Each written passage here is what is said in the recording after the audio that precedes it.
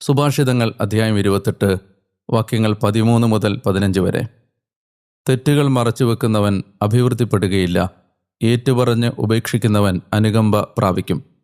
എല്ലായ്പ്പോഴും ശ്രദ്ധാലുവായ മനുഷ്യൻ അനുഗ്രഹീതൻ, ഹൃദയം കഠിനമാക്കുന്നവൻ ആപത്തിൽ പതിക്കും.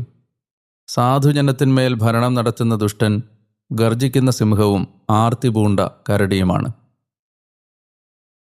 സ്നേഹപിതാവേ, അങ്ങയെ ഞാൻ ആരാധിക്കുന്നു, സ്തുതിക്കുന്നു, അങ്ങേക്ക് നന്ദി പറയുന്നു.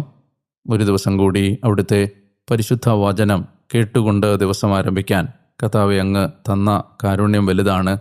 ദൈവമായ കർത്താവെ, വരങ്ങൾക്ക് വേണ്ടി ആത്മാർത്ഥമായി ദാഹിക്കാനും സ്നേഹമെന്ന ഉത്തമമായ ഫലത്തിൽ തഴച്ചു വളരാനും ഉതകുന്ന ആരോഗ്യകരമായ ഒരാത്മീയത ഞങ്ങൾക്ക് നൽകണമേ എന്ന് പ്രാർത്ഥിക്കുന്നു. യേശുവിൻ്റെ നാമത്തിൽ ആമേൻ.